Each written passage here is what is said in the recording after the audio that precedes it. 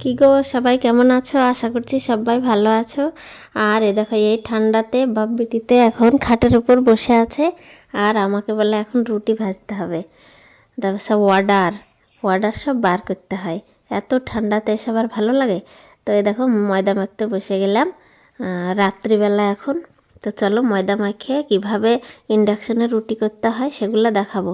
আর সব এই রুটির যারা পারো না, বররা যেমন বর শাশুড়ি সবাই মিলে খিচখিচ করে যে রুটি হয় না রুটি হয় না, তো ইন্ডাকশানে তাদেরকে দেখাবো কিভাবে রুটি বানালে সব রুটিগুলো একবারে সে ফুলকো লুচির মতন করে ফুলবে।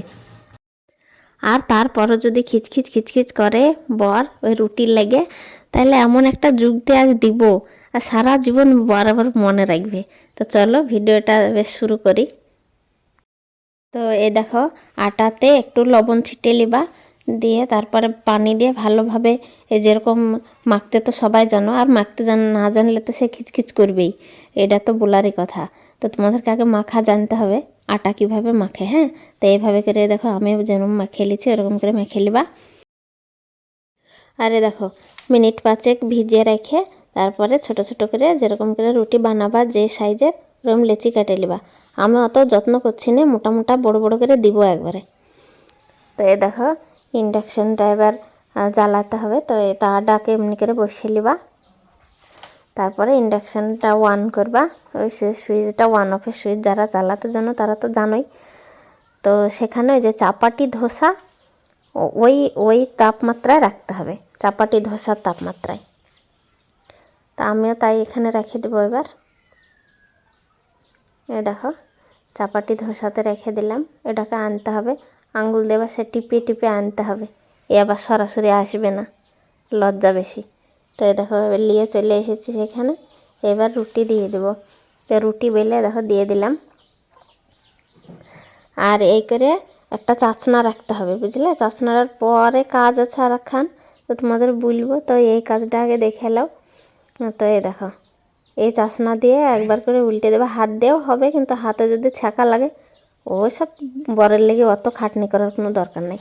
তারপরে এই দেখো, এই যে রুটিটা এবার এমনি ফুলে গেলো, এটা কিন্তু বেশিরভাগ ফুলে না। হ্যাঁ, ওই যে আমি বাড়ুনটা দিয়ে চাপিয়ে ধরলাম।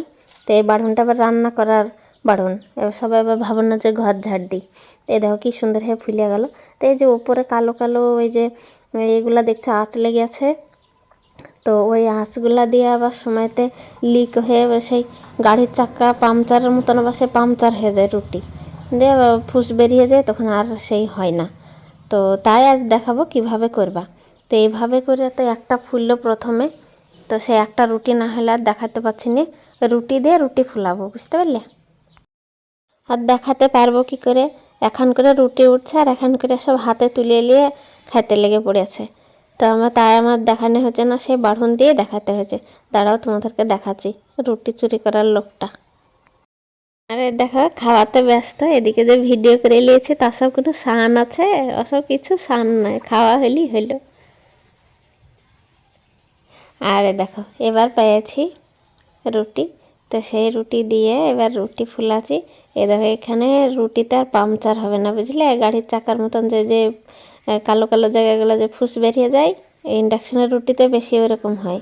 তো প্রথমে আমিও খুব ঘাটেছি যে কীভাবে করব, ঠিক হয় না, বাড়ুন দিয়েই করলে ভালো হয় না। তো এ দেখো এইভাবে করে এরকম করে করেছে, দেখো সব রুটিগুলো কি সুন্দর করে এবারে ফুলছে। তো তো এইভাবে করে করলে তোমার সব রুটি ফুলে যাবে। আর এত খাটনি করে রুটি গড়ানোর পর দেখবা তারপরও কিছু কিছু বর আছে বাড়িতে যে খিচখিচ করেই যায়, কানের গোড়ায় ঘ্যানার করেই যায়।